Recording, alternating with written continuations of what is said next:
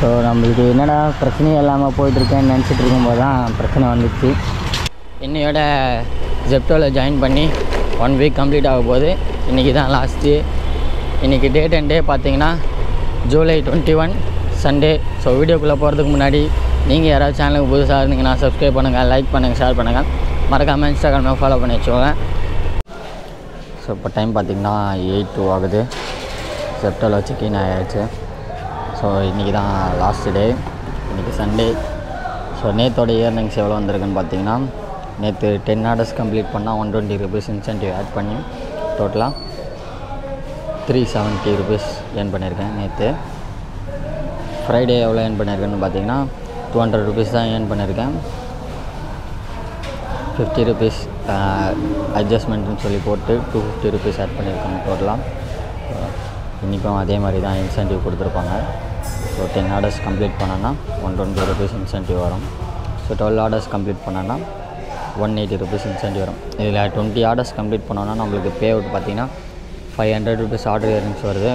400 rupees incentive add பண்ணி டோட்டலாக 900 தான் வருது. ஸோ 20 ஆர்டர்ஸை கம்ப்ளீட் பண்ணுறதுக்கு மினிமம் 8 hours ஆச்சு ஆகிடும். ஸோ 10 ஆர்டர்ஸ் கம்ப்ளீட் பண்ணுறதுக்கு 4 hours ஆகிடுது ஈஸியாக. ஸோ அதே 10 ஆர்டர்ஸ் கம்ப்ளீட் பண்ணுறதுக்கு எக்ஸ்ட்ரா ஒரு 4 hours ஆகிடும். ஸோ நீங்கள் பார்ப்போம். நான் ஷிஃப்ட்டும் ஆன் பண்ணிட்டேன். இன்னும் நம்மளுக்கு எந்த ஆர்டரும் ரிசீவ் ஆகலை. ஸோ ஆர்டர் ரிசீவ் ஆகிற வரைக்கும் வெயிட் பண்ணுவோம். ரிசீவ் ஆன உடனே டெலிவரி கொடுக்க போயிடலாம். 11 நிமிஷம் கழித்து நம்மளுக்கு ஆர்டர் ரிசீவ் ஆகிருக்கு. என்னென்னு பார்த்துக்கலாம். எங்கடா ஆர்டரை காணோம். இதோ தான் பக்கத்துலேயே தான் இருக்குது. ஸோ 7 ஐட்டம் கொடுத்துருக்காங்க. ஸோ பேக்கேஜிங்கில் இருக்குது. பேக்கேஜ் கம்ப்ளீட் ஆனோடனே நம்ம பிக்கப் பண்ணிவிட்டு கஸ்டமர்கிட்ட போய்ட்டு கொடுக்க ஆரம்பிச்சிடலாம். ஸோ அங்கே இப்போ செக் பண்ணியாச்சு. ஸ்டார்ட் ஃபார் டெலிவரி கொடுத்துடலாம். ஆக்சுவலி இதை நம்ம பேக்கில் தான் போட்டு தருவாங்க. இப்போ பேப்பர் பேக்கில் கொடுத்துருக்காங்க மாதிரி. ஆனால் நம்மளுக்கு வந்து பேக்கில் எடுத்துகிட்டு போகிற மாதிரி தான் காட்டும். ஸோ மேலே வந்து ஸ்கேன்லாம் பண்ணி சிஸ்டமில் ஆட்டோமேட்டிக்காக பார்கோட் கொடுத்துருப்பாங்க. அதை ஸ்கேன் பண்ணிக்கலாம். பேக்கு தராமல் இருந்தாங்கன்னா எதுக்கும் பிரச்சனை இல்லை. இது எத்தனை கிலோமீட்டர் வருதுன்னு பார்த்தீங்கன்னா 1.5 கிலோமீட்டர். வாங்க கஸ்டமர் லொக்கேஷனுக்கு போயிடலாம். ஸோ ஜெப்டோவில் பார்த்திங்கன்னா கொஞ்சம் பேர் ஜெப்டோ ஓட்டுறது வேஸ்ட்டுலாம் சொல்கிறாங்க. மேபி அவங்களுக்கு பிடிக்காமல் இருக்கலாம். ஏன் வேஸ்ட்டுன்னு சொல்கிறாங்களோ அது அவங்களோட பர்சனல் ரீசனாக இருக்கலாம். ஸோ இதில் நான் என்னன்றதை கிளியராக சொல்லிடுறேன். அதுக்கப்புறம் நீங்கள் ஜாயின் பண்ணிக்கோங்க. ஸோ இது என்னோடய ஒப்பீனியன் தான். ஸோ நான் வந்து இதில் தான் நீங்கள் சேரணும் அப்படின்லாம் எந்த ரூலும் கிடையாது. என்னோடய ஒப்பீனியனை சொல்கிறேன். நீங்கள் உங்களுக்கு எப்படி மைண்ட் செட் வருதோ ஜாயின் பண்ணிக்குவோம். 9 minutesக்குள்ளே கஸ்டமர் லொக்கேஷன் ரீச் பண்ணி கொடுத்துட்டோம். ஸோ இப்போ நம்ம ஸ்டோருக்கு போக வேண்டிய வேலையை தான். இப்போ நம்ம ஸ்டோருக்கு ரிட்டர்ன் வந்தாச்சு. ரிட்டர்ன் டு ஸ்டோர் மார்க் பண்ணிக்கலாம். பேக் இருந்துச்சுன்னா மேலே போய் ஸ்கேன் பண்ணிக்கலாம் போல். டு ஸ்டோர் சொன்னேன்னா நம்மளுக்கு பேப்பர் பேக் கொடுத்தாங்க. நான் பேக் கொடுக்கல. ஸோ வாங்க நம்ம இதை போய்ட்டு மேலே போய் ஸ்கேன் பண்ணிக்கலாம். பேக் எல்லாத்தையும் ஸ்கேன் பண்ணியாச்சு. என்ன டிலேன்னு காட்டுது. அதுக்குள்ளே டிலே ஆகிடுச்சான் போல்.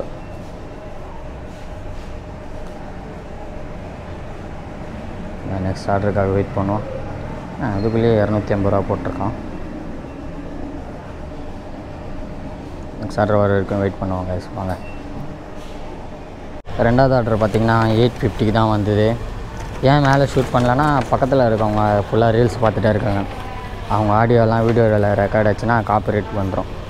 ஸோ அதனால் இப்போ பார்த்திங்கன்னா ரெண்டாவது ஆர்டரில் 15 ஐட்டம் 2 பேக்கு. ஆனால் 3 பேக்காக கொடுத்துருக்காங்க. பேப்பர் பேக்கில் தான் கொடுத்துருக்காங்க.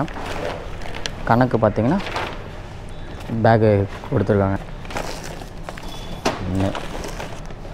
1 2 4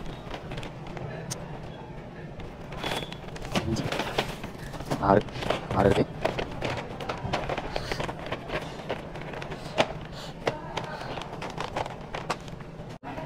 8 9 10 11 12 13 14 தான் இருக்குது. 14 தான் இருக்குது. 15 ஐட்டமில் ஒரு ஐட்டத்தை காணோம். என்ன ஐட்டம் காணோம்? மறுபடியும் செக் பண்ணணுமா? சின்ன வெங்காயம் இல்லை, அதை நம்ம இப்போ மேலே போய் கேட்டுக்கணும். ஸோ பேக் அதுக்குள்ளேயே எங்கேயே கிழிஞ்சிடுச்சு.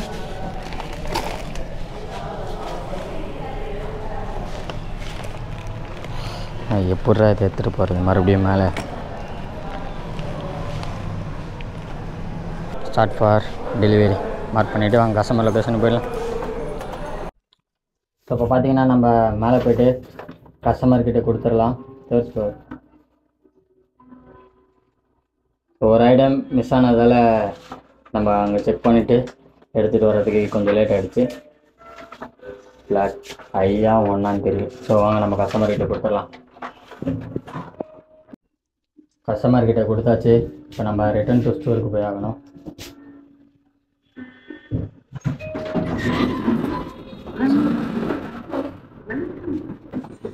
என்னடா நம்மளுக்கு வந்து சோதனை 16 நிமிஷம் பாருங்கள். வாங்க நம்ம ரிட்டர்ன் டு ஸ்டோருக்கு போயிடலாம். இப்போ பார்த்தீங்கன்னா நம்ம ஸ்டோருக்கு ரீச் பண்ணிட்டோம்.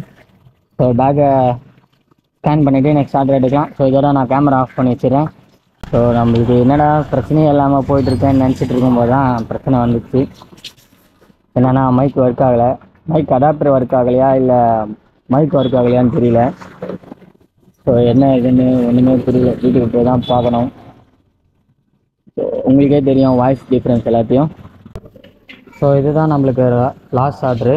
ஸோ வாங்க நம்ம கஸ்டமர்கிட்ட டெலிவரி பண்ணிவிட்டு ஸோ இன்றைக்கி நான் எத்தனை ஆர்டர்ஸ் கம்ப்ளீட் பண்ணியிருக்கேன் என்ன ஏதுன்றதை நான் உங்களுக்கு டெலிவரி கம்ப்ளீட் பண்ணிவிட்டு உங்களுக்கு ஷோ பண்ணுறேன். ஸோ இன்னையோட நம்ம ஷிஃப்ட்டும் முடிஞ்சிச்சு. 1 வீக் கம்ப்ளீட்டும் பண்ணிட்டோம். இப்போ பார்த்தீங்கன்னா கஸ்டமர்கிட்ட கொடுத்தாச்சு. செக் அவுட் ஆஃப்டர் டெலிவரி கொடுத்துட்டேன். மார்க் டெலிவரி கம்ப்ளீட் பண்ணிவிட்டு இன்றைக்கி நான் எவ்வளோ ஏர்ன் பண்ணியிருக்கேன்னு பார்த்தீங்கன்னா 10 ஆர்டர்ஸை கம்ப்ளீட் பண்ணிட்டோம். நம்மளுக்கு 10 ஆர்டர்ஸ்க்கான 120 rupees இன்சென்டிவும் ஆட் பண்ணிட்டாங்க. ஸோ டோட்டலாக 370 rupees ஏர்ன் பண்ணியிருக்கேன். 250 rupees order earnings, 120 rupees incentive. So இந்த வீக்கு டோட்டலாக 1885 rupees வந்திருக்கு. இது வந்து ஆர்டர் ஏர்னிங்ஸ் மட்டும். Order earnings and daily incentive சேர்த்து தான் வந்திருக்கு. 2 நாள் தான் இன்சென்டிவ் வந்திருக்கு, டெய்லி இன்சென்டிவ். மற்ற நாள்லாம் அட்ஜஸ்ட்மெண்ட்டுன்னு சொல்லி 50 rupees ஆட் பண்ணியிருக்காங்க. இன்றைக்கி நைட்டு 12 மணிக்கு தான் வீக்லி இன்சென்டிவ் ஆட் ஆகும். அதை ஆட் பண்ணிட்டாங்கன்னா நான் உங்களுக்கு வீடியோவில் ஆட் பண்ணுறேன். ஸோ அதை பாருங்கள். ஸோ இப்போ வந்து நோட்ஸில் நம்ம என்டர் பண்ணிக்கலாம். எத்தனை கிலோமீட்டர் ஸ்டே பண்ணியிருக்கோன்னு பார்த்தீங்கன்னா 370 rupeesக்கு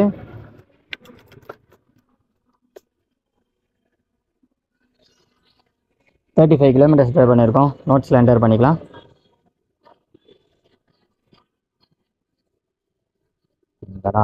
கீப் நோட்ஸ்.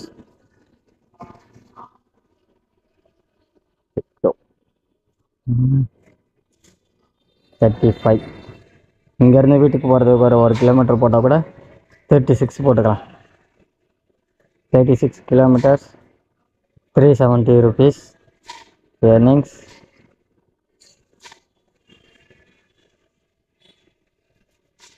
Day 7 36 kilometersக்கு அதே 70 rupees பெட்ரோல் ஆட் பண்ணிக்கலாம். பெட்ரோல் இந்த 7 நாளுக்கு எவ்வளோ பெட்ரோல் ஆயிருக்குன்னு நம்ம கால்குலேட் பண்ணிக்கலாம்.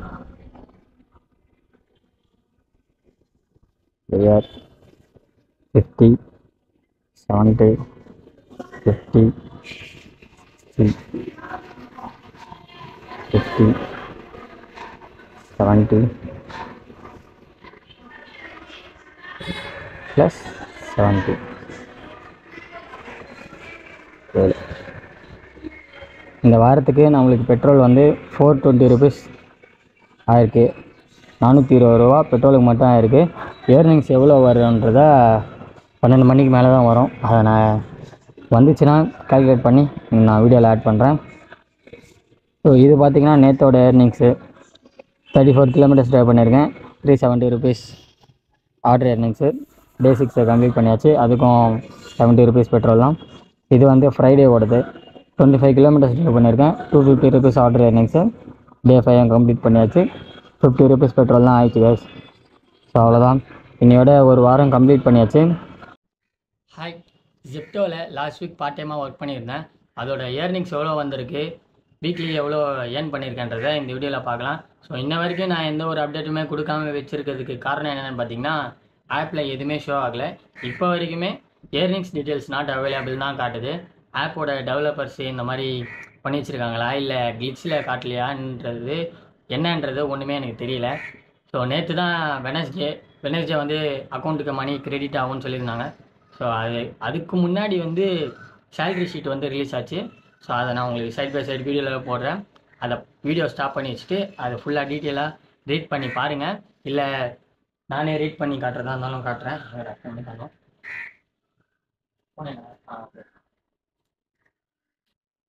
நானே உங்களுக்கு மேனுவலாக ரீட் பண்ணி காட்டுறேன். அதுக்கப்புறம் நான் எவ்வளோ ஏர்ன் பண்ணியிருக்கேன்றதை என்னோட இதை வச்சு சொல்கிறேன். அதை விட அவங்க கம்மியாக போட்டிருக்காங்களா அதிகமாக போட்டிருக்காங்களா இந்த சொல்லி இந்த வீடியோவில் பார்த்துடலாம். ஸோ ஃபஸ்ட்டு பார்த்தீங்கன்னா நம்ம இன்கம்மை பார்த்துடலாம். இந்த வீடியோ வந்து சண்டேவோட விலாகோட கண்டினியூவில் தான் பார்ப்பீங்க. ஸோ ஏன்னா தனித்தனியாக போட்டால் கொஞ்சம் நல்லா இருக்காது, மொத்தமாக போட்டுடலாம்னு சொல்லி தான் இத்தனை நாள் வெயிட் பண்ணிகிட்டு இருந்தேன். ஃபஸ்ட் வந்து நம்ம ஏர்னிங்ஸை பார்த்துலாம். இந்த பே அவுட் ஃபார் வீக் 2924னு போட்டிருக்காங்க. 2924 ரூபான்னு போட்டுட்டு அதுக்கப்புறம் கீழே ஒரு மளிகை சாமான் மாதிரி லிஸ்ட்டே கொடுத்துருக்காங்க. நான் எத்தனை ஒர்க் பண்ணியிருக்கேன், எத்தனை ஆர்டர் எடுத்திருக்கேன், எவ்வளோ அமௌண்ட் மைனஸ் பண்ணியிருக்காங்க, நிறைய கொடுத்துருக்காங்க. அதை நான் உங்களுக்கு ரீட் பண்ணி காட்டுறேன், வீடியோவில் ஆட் பண்ணுறேன். So shift count 6 shift complete பண்ணியிருக்கேன். சாட்டர்டே சண்டே ஷிஃப்ட்டு 2 கம்ப்ளீட் பண்ணியிருக்கேன். லாகின் டைம் வந்து 28 ஹவர் 44 நிமிஷம் லாகின்ல இருந்துருக்குன்னு காட்டுறாங்க. Order count 54 order count. RTO count அது 0ன்னு கொடுத்துருக்காங்க. Batch order count 0. Order earnings 1011 ரூபான்னு காட்டுறாங்க. வீக்லி இன்சென்டிவ் 400 ரூபா. எம்ஜிபி கான்ட்ரிபியூஷன் சொல்லி 127 ரூபா போட்டிருக்காங்க. மைனஸ் போட்டிருக்காங்களான்னு எந்த அளவும் புரியல. அப்புறம் இயர்னிங்ஸு 1538 ரூபான்னு கொடுத்துருக்காங்க. இதுக்கு முன்னாடி ஆர்டர் இயர்னிங்ஸ் தனின்னு சொல்லி கொடுத்துருக்காங்க. ரெயின் சர்ஜ் 30, போனஸ் 162 ரூபா, tips 0, surge 0, ID surge 0, petrol incentive 0, extra wait pay 9 ரூபா. எக்ஸ்ட்ரா வெயிட் கொண்டு போனதுக்கு 9 ரூபா கொடுத்துருக்காங்க. எவ்வளோ பெரிய amount. So bag deduction 0, security deposit 0, deduction 0, reusable bag 0, raincoat and winter ஜாக்கெட்டுக்கு 0, loan 0, other deduction 0, before ST gross pay 1739 ரூபா. இது என்ன இதுன்னு தெரியல, என்னதுன்னே புரியல. அது மைனஸ் பண்ணியிருக்காங்களா ஆட் பண்ணியிருக்காங்களான்னு தெரியல, எதுவுமே தெரியல. அப்புறம் கிராஸ் பே அவுட்டு 1489 ரூபான்னு போட்டிருக்காங்க. அதுவும் மைனஸ் பண்ணியிருக்காங்களா ஆட் பண்ணியிருக்காங்கன்னு தெரியல. ஸோ டிடிஎஸ்ன்னு பார்த்தீங்கன்னா 18 ரூபா மைனஸ் பண்ணியிருக்காங்க. இப்போ ஃபைனல் பே அவுட் நம்மளுக்கு எவ்வளோ வந்திருக்குன்னு பார்த்தீங்கன்னா 1471 ரூபா. ஸோ நீங்களே வீடியோவில் பார்த்துருப்பீங்க நான் இவ்வளோ ஏர்ன் பண்ணியிருப்பேன். நான் சொல்லுங்கள், 1471 ரூபா நான் வந்து போன வாரம் ஏர்ன் பண்ணியிருக்கேன். என்ன கணக்கு இது? எந்த கணக்கு காட்டுறீங்க நீங்கள்? யாருக்கு கணக்கு காட்டுறீங்க? ஸோ இதில் எவ்வளோ மைனஸ் பண்ணியிருக்காங்க என்ன ஏதுன்னு ஒன்றுமே புரியல. இப்போ நான் என்னோட கால்குலேஷன் வச்சு நான் எவ்வளோ ஏர்ன் பண்ணியிருக்கேன்றதை இப்போ நான் சொல்கிறேன். அதுக்கும் இதுக்கும் எவ்வளோ டிஃப்ரென்ஸ் வருதுன்னு அதையும் சொல்லிடுறேன். அதுக்கப்புறம் நீங்கள் முடிவு பண்ணிக்கோங்க, ஃபுல் டைமாக ஒர்க் பண்ணுறதா, பார்ட் டைமாக ஒர்க் பண்ணுறதா, இல்லை ஜெப்டோவில் ஜாயின் பண்ணாமல் இருக்கிறதா, இன்ஸ்டாமார்ட்டில் ஜாயின் பண்ணுறதா அப்படின்னு சொல்லி நீங்களே முடிவு எடுத்துக்கோங்க. ஸோ இப்போ வாங்க நான் எவ்வளோ ஏர்ன் பண்ணதுன்னு சொல்லி நான் இப்போ சொல்கிறேன். லாஸ்ட் வீக்கில் வந்து நான் 54 ஆர்டர் போட்டிருக்கேன். 54 ஆர்டருக்கு ஒரு ஆர்டருக்கு 25 ரூபா கணக்கு பண்ணிக்கோங்க. மொத்தமாக 54 × 25 கணக்கு பண்ணால் 1350 ரூபா வருது. ஸோ ஓகேவா, இதுதான் என்னோடய ஆர்டர் இயரிங்ஸ். அதில் 30 ரூபா ரேஞ்ச் சார்ஜுன்னு அவங்க கணக்கு காட்டுறாங்க. ஆனால் எனக்கு வந்தது 20 ரூபா ரேஞ்ச் சார்ஜ். அந்த 10 ரூபா நீங்களே வச்சுக்கோங்க, எனக்கு 20 ரூபா போதும். அப்புறம் வந்து 2 நாள் சாட்டர்டே சண்டே 10 ஆர்டர் கம்ப்ளீட் பண்ணேன்னா 120 ரூபா இன்சென்டிவ்னு சொல்லி வந்துச்சு. அது நம்மளுக்கு ஆப்பில் அப்போவே அப்டேட் ஆகிடுச்சு. ஆனால் இப்போ பார்த்தீங்கன்னா ஒன்றுமே கிடையாது. ஸோ 2 நாளைக்கோட 120 ரூபா ஆட் பண்ணி டோட்டலாக 240 ரூபா அதுவும் ஆட் பண்ணிக்கலாம். இப்போ நம்ம ஆர்டர் இயர்னிங்ஸும் ஆட் பண்ணியாச்சு, ரெயின் சார்ஜும் ஆட் பண்ணியாச்சு, இன்சென்டிவும் ஆட் பண்ணியாச்சு. இப்போ வீக்லி இன்சென்டிவ் 400ன்னு சொல்லியிருக்காங்க. 400 ஆட் ஆகிருக்கு, அதை நம்ம எடுத்துக்கலாம். ஏன்னா நம்ம ஒர்க் பண்ணது வீக்கில் நடுவில் லீவ் எல்லாம் போடல, வீக் ஃபுல்லாக ஒர்க் பண்ணியிருக்கனால வீக்லி இன்சென்டிவ் இருக்குது. அதில் ஒரு 400 ரூபா வந்துச்சா. அதுக்கப்புறம் ஜாயினிங் போனஸ் வந்து 500 ரூபா. இப்போ ஃபஸ்ட் வீக்குக்கு 500 ரூபா, செகண்ட் வீக்கு 500 ரூபா அப்படின்னு சொல்லி மொத்தம் 6 வீக்கு இல்லைனா 4 வீக்கு கொடுப்பாங்க. ஸோ ஃபஸ்ட் வீக் வந்து ஜாயினிங் போனஸ் 500 ரூபா, அதை நம்ம ஆட் பண்ணிக்கலாம். இப்போ மொத்தமாக பார்த்தீங்கன்னா நான் போன வாரம் ஓட்டினது பார்த்தீங்கன்னா 2510 ரூபா. இந்த 2510 ரூபாவில் 250 ரூபா ஜாயினிங் ஃபீஸை மைனஸ் பண்ணுவாங்கன்னு சொன்னாங்க. அந்த 250 ரூபா நம்மளே மைனஸ் பண்ணிடலாம். இப்போ மொத்தமாக எனக்கு வர வேண்டிய அமௌண்ட் எவ்வளோன்னு பார்த்தீங்கன்னா 2260 ரூபா. ஆனால் அவங்க எனக்கு ஆட் பண்ணது 1471 ரூபா. மீதி 789 ரூபா எங்கே போச்சு? ஸோ இதை நான் வந்து என்னை ஜாயின் பண்ண சொன்னவர்கிட்ட கேட்டேன். அவரும் ஜெப்டோவில் தான் ஒர்க் பண்ணிகிட்ருக்காரு. அவர்கிட்ட கேட்டதில் ஸோ எங்கள் மேனேஜர்கிட்ட சொல்லி நான் உங்களுக்கு ஆட் பண்ண சொல்லிடுறேன், ஜாயினிங் ஃபீஸ் ஆட் பண்ணலை, ஜாயினிங் போனஸ் ஆட் பண்ணலை, அதை நான் சொல்லி ஆட் பண்ணி வச்சுறேன் அப்படின்னு சொன்னார். அதுக்கப்புறம் இன்னொரு டவுட்டும் கேட்டிருந்தேன். இந்த 2000 போட்டிருக்கேன், அந்த அமௌண்ட் வரும், 2900 போட்டிருந்ததில்ல, அந்த அமௌண்ட் வருமா, இல்லை கீழே 1400 போட்டிருக்கேன் அந்த அமௌண்ட் வருமானு கேட்டால் அந்த மெசேஜை பார்த்துட்டு அதோட ரிப்ளைவே காணோம். இன்ன வரைக்கும் எதுவுமே ரிப்ளை கொடுக்கல. ஸோ எனக்கு கொஞ்சம் கொஞ்சம் எக்ஸ்பீரியன்ஸ் இருக்குது. நான் கண்டென்ட்டுக்காக வந்தேன், ஒர்க் பண்ணேன், இருக்கட்டும். மைனஸ் பண்ணது அமௌண்ட்டு தராது, ஓகே. இப்போ புதுசாக ஜாயின் பண்ணுறவங்களோட நிலைமை யோசிச்சு பாருங்க. புதுசாக ஜாயின் பண்ணாங்கன்னா அவங்களுக்கும் நீங்கள் இதே மாதிரி பண்ணீங்கன்னா அவங்க என்ன யோசிப்பாங்க? ஸோ 4 பேருக்கு ரெஃபர் பண்ணுவாங்களான்னு நினைக்கிறீங்களா? ரெஃபரே பண்ண மாட்டேன். கண்டிப்பாக நானே ரெஃபரே பண்ண மாட்டேன். ஸோ இதில் வேறு டார்கெட் வேறு கொடுத்துருக்காங்க, நிறைய டார்கெட். அந்த டார்கெட்டோட ஸ்க்ரீன்ஷாட்டும் நான் உங்களுக்கு சைடில் போடுறேன். அதோட எக்ஸ்ப்ளனேஷன் கேளுங்க. நான் அது தனியாக ஒரு வீடியோவை சொல்லிடுறேன், இந்த வீடியோவில் அது வேணாம். ஸோ இப்போ பார்த்தீங்கன்னா எனக்கு 700 ரூபா கிட்டத்தட்ட ஷார்ட்டேஜ் ஆகுது.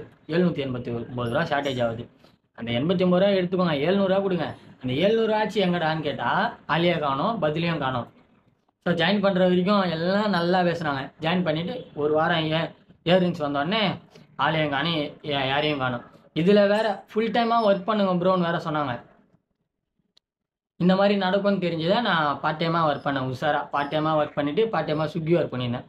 ஃபுல் டைமாக ஒர்க் பண்ணியிருந்தேன். நான் என்னோட நிலைமை என்ன இருக்கும் நீங்கள் கொஞ்சம் யோசிச்சு பாருங்கள். இந்த மாதிரிலாம் நடக்கும்னு தெரிஞ்சு தான் நான் ஃபஸ்ட்டு ஜாயினே பண்ண மாட்டேன்னு சொன்னேன். ஸோ எனக்கும் கண்டென்ட்டுக்காக யூஸ் ஆகுமே. ஸோ எனக்கும் நான் எந்த வீடியோவும் கண்டென்ட்டும் இல்லை அப்படின்னு சொல்லி இதில் ஜாயின் பண்ணேன். ஆப்பு வச்சிட்டாங்கன்னு சொல்ல முடியாது, அவங்களோட டேலண்ட்டை காட்டிட்டாங்க. ஸோ இப்போ என்னோடய டேலண்ட்டை நம்ம காட்ட வேண்டிய நேரம் வந்துச்சு. ஸோ இதுக்கும் மேலேயும் நீங்கள் ஜெப்டோவில் ஜாயின் பண்ணணும்னு நினைக்கிறீங்கன்னா அது உங்களோட பாடு. ஸோ எனக்கே வர வேண்டிய அமௌண்ட்டு தரல, அப்புறம் உங்களுக்கு அமௌண்ட்டு மைனஸ் பண்ணிட்டாங்கன்னா அதுக்கு நான் யார்கிட்டன்னு போய் கேட்பேன். ஸோ ஸ்விக்கி நான் கூட ஏதாச்சும் பண்ணி யார்கிட்டயாவது தெரிஞ்சவங்ககிட்ட கேட்டு ரிட்டர்ன் வாங்க வச்சிடலாம். இது என்ன ஏதுன்னு ஒன்றுமே தெரியல. ஸோ இதுதான் நம்மளோட இயரிங்ஸ் டீட்டெயில்ஸு. பார்த்தீங்கன்னா 2500 2200 நம்மளுக்கு 1400 போட்டிருக்குங்க. 700 ரூபா நாமும் கோவிந்தா தான். சரி அதை விடுங்க, எனக்கு ஒரு வீக் தான் போச்சு, அது விட்டுருவோம். ஸோ சரி, ஒரு நல்ல விஷயமும் ஆயிருக்கு, ஒரு கெட்ட விஷயம் ஆயிருக்கு. நல்ல விஷயம் என்னென்னா கண்டென்ட்டுக்கு யூஸ் ஆச்சு. கெட்ட விஷயம் என்னென்னா எனக்கு அமௌண்ட் வரல. அந்த அமௌண்ட்டு போட்டோம், பிரச்சனை இல்லை. போட்டோன்னெலாம் சொல்ல மாட்டேன், போட்டோன்னெலாம் கிடையாது. அது ரிட்டர்ன் நான் எப்படியாவது வாங்கிக்கிறேன், ஏதாவது சொல்லி நான் பண்ணி நான் வாங்கிக்கிறேன். ஸோ இப்போ வந்து இயர்னிங்ஸில் வந்து இவ்வளோ குழப்பம் சிக்கல்கள் கொடுத்தாங்க, இவ்வளோ ப்ராப்ளம்லாம் இருக்குது இயர்னிங்ஸில். அதனால தான் எல்லாத்தையும் தெரிஞ்சுட்டு தான் வார கடைசியில் எக்ஸ்பிளைன் பண்ணுறேன்னு சொன்னதுக்கு காரணம் எல்லாமே இதுக்கு தான். எதுவுமே தெரியாமல் நம்ம வளரக்கூடாதுன்றதுக்காக தான் தன்னால் இயர்னிங்ஸ் எவ்வளோ வரும்னு தெரியல, வாரம் கடைசியில் பார்த்துக்கலாம் அப்படின்னு சொல்லிட்டு இருந்தேன். ரொம்ப இயர்னிங்ஸும் வந்துச்சு, அக்கௌண்ட்டுக்கும் கிரெடிட் ஆச்சு. இதை பற்றி மறுபடியும் நீங்கள் ஜெப்டோ ஒர்க் பண்ணுங்க ப்ரோன்னு யாராச்சும் சொல்லி வந்தீங்கன்னா அதுக்கப்புறம் அவங்களுக்கு இருக்குது. இப்போது ஜெப்டோவோட இயர்னிங்ஸும் பார்த்துறீங்க. இப்போ நெக்ஸ்ட்டு ஜெப்டோவும் இன்ஸ்டாமார்ட்டுக்கும் இருக்கிற கம்பேரிசனும் நான் சொல்லிடுறேன், அதை நம்ம இப்போ பார்க்கலாம். ஸோ இப்போ பார்த்தீங்கன்னா நம்ம இன்ஸ்டாமார்ட்டும் அப்புறம் ஜெப்டோவும் கம்பேர் பண்ணிக்கலாம். அதில் நான் கம்பேர் பண்ணுறது என்னென்னு பார்த்தீங்கன்னா பிக்கப் ப்ராசஸும் டெலிவரி ப்ராசஸும் தான் கம்பேர் பண்ண போகிறேன். இயர்னிங் ப்ராசஸ் வந்து அது ஜெப்டோவில் எப்படி இருக்குன்னு தெரியாததுனால நான் அதில் கம்பேர் பண்ணல. ஸோ நம்ம பிக்கப் டெலிவரி மட்டும் கம்பேர் பண்ணிக்கலாம். ஃபஸ்ட்டு ஸ்விக்கி எடுத்துக்கலாம். ஸ்விக்கிலன்னு பார்த்தீங்கன்னா நம்மளுக்கு ஒரு டம்மி ஆர்டர் வந்துடும். டம்மி ஆர்டர் என்னென்னா, நீங்கள் நம்ம ஸ்டோருக்கு போகிறதுக்காண்டி ஒரு டம்மி ஆர்டர் போட்டுருவாங்க. அங்கே போயிட்டு நம்ம ரீச் கொடுத்த உடனே அங்கே waiting for your order assign அப்படின்னு காட்டிகிட்டே இருக்கும். அப்புறம் நம்மளுக்கு ஒரு ஆர்டர் வந்துடும். ஆர்டர் வந்து எங்கே டெலிவரி கொடுக்கணும், ஐட்டம் பிக்கப் பண்ணுற கியூஆர் கோடு தான் வந்துடும். அது வந்தோடனே கன்ஃபார்ம் கொடுத்துட்டு ஃபுட் ரெடி வந்து சீக்கிரமாக வந்துடும்.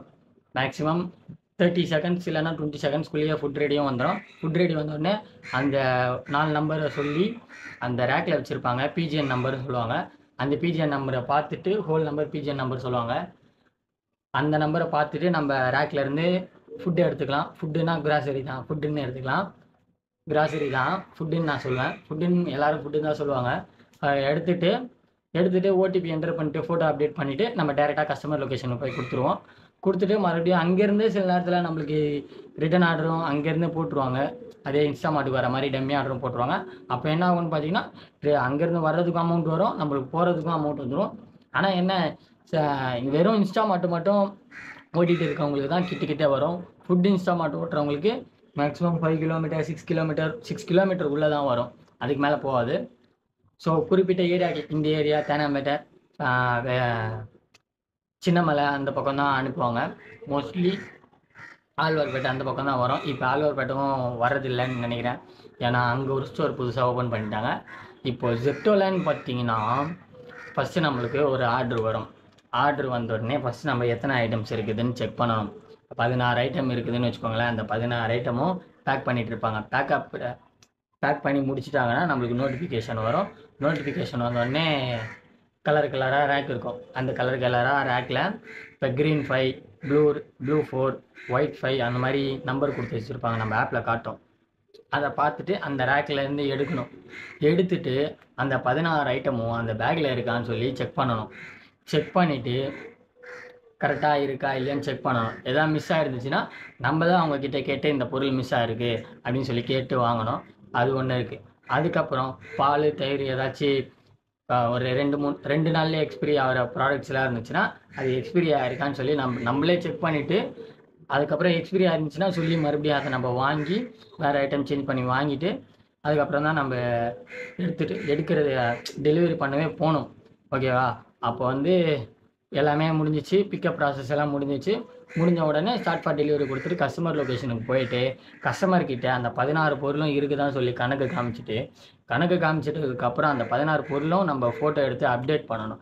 அதை அப்டேட் பண்ண உடனே பேக் கொடுக்குறாங்களே, அந்த பேகை வந்து நம்ம எடுத்துகிட்டு ஸ்டோருக்கு வந்துட்டு ரீச்சுக்கு ஸ்டோர் கொடுத்துட்டு அப்புறம் அந்த பேக்கை ஸ்கேன் பண்ண உடனே அங்கே ஒரு பாக்ஸ் வச்சுருப்பாங்க. அந்த பாக்ஸில் அந்த பேக்கை போட்டுட்டு அதுக்கப்புறம் டைனாமிக் QR கோடை ஸ்கேன் பண்ணால் மட்டும்தான் நம்மளுக்கு அடுத்த ஆர்டரே வரும்.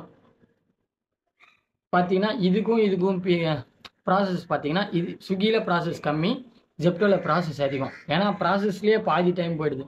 10 நிமிஷம் ஆர்டர் வந்தோடனே 10 நிமிஷம் ஆகுமா, அதுக்கப்புறம் நம்ம கொடுக்கும்போது 10 நிமிஷம், அதுக்கப்புறம் 5 நிமிஷம், 1/2 ஹவரில் ஒரு ஆர்டர் தான் கொடுக்குற மாதிரி இருக்கும். ஏன்னா இதில் ப்ராசஸ் டைம் ரொம்ப அதிகம். வேறு என்ன சொல்கிறதுக்கு இருக்குது? ஸோ எனக்கு வந்து இதில் ஏன் எனக்கு இன்ட்ரெஸ்ட் வர மாட்டேங்குதுன்னு பார்த்தீங்கன்னா, நான் ஸ்விக்கி ஜொமேட்டோ வந்து ஸ்டார்டிங்லேயே ஓட்டினதால எனக்கு இது மேலே இன்ட்ரெஸ்ட்லாம் வரல. மேபி புதுசாக எனக்கு எதுவுமே தெரியாமல் டேரெக்டாக ஜெப்டோவில் ஜாயின் பண்ணியிருந்தேன்னு வச்சுக்கோங்களேன், எனக்கு இதுதான் பெருசாக தெரிஞ்சிருக்கும். இப்போ ஸ்விக்கி ஜொமேட்டோலாம் அவ்வளோ நல்லா இருக்காதுன்னு தான் தோணியிருக்கும். ஏன்னா எல்லோரும் மைண்ட் செட்டும் அப்படி தான் இருக்கும். ஏன்னா நான் ஃபஸ்ட்டு ஸ்விக்கி ஜொமேட்டோ சேர்ந்ததால் எனக்கு இது இப்போ பிடிக்கல. அதோட டைமிங்கும் எனக்கு செட் ஆகலை.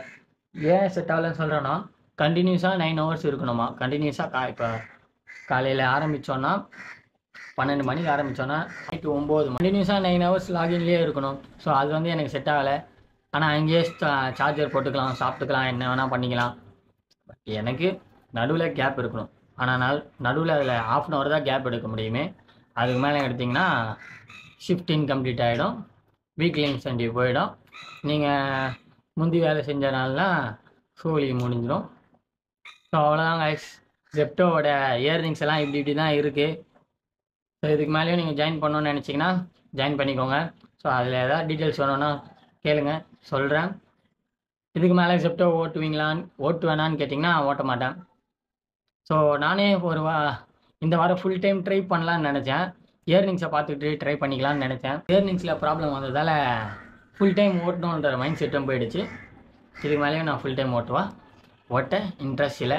ஸோ அவ்வளோதான் கைஸ், இந்த வீடியோ நான் இதோட கம்ப்ளீட் பண்ணிக்கிறேன். ஸோ நீங்கள் யாராவது சேனலுக்கு புதுசாக பார்க்குறீங்கன்னா சப்ஸ்கிரைப் பண்ணுங்கள், லைக் பண்ணுங்கள், ஷேர் பண்ணுங்கள், மறக்காமல் இன்ஸ்டாகிராமில் ஃபாலோ பண்ணி வச்சுக்கோங்க. ஸோ நெக்ஸ்ட் வீடியோவில் பார்க்கலாம். Bye guys.